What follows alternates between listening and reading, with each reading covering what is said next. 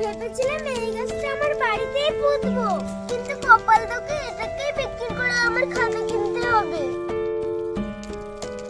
একটি গাছের একটি প্রাণ, গাছ লাগান প্রাণ বাঁচান। গাছ নেবে গাছ, খুব ভালো ভালো গাছ। খুব তো জল পিপাসা পেয়েছে, কিন্তু সেই বোতল তেলের জলটাই আনতে ভুলে গেছে।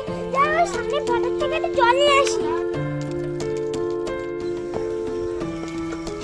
আরে আমার ঘরের সামনে গাছ লাগলো কি? ও, এটা তো জামরুল গাছ। আরে দাম তো 300 টাকা তো অবশ্যই হবে। যাই এটা নিয়ে পালাই তাড়াতাড়ি করে। আরে আমার গাছটা কোথায় গেল? এখানেই তো ছিল। আরে টাকা, কিন্তু ওটা আমার গাছ।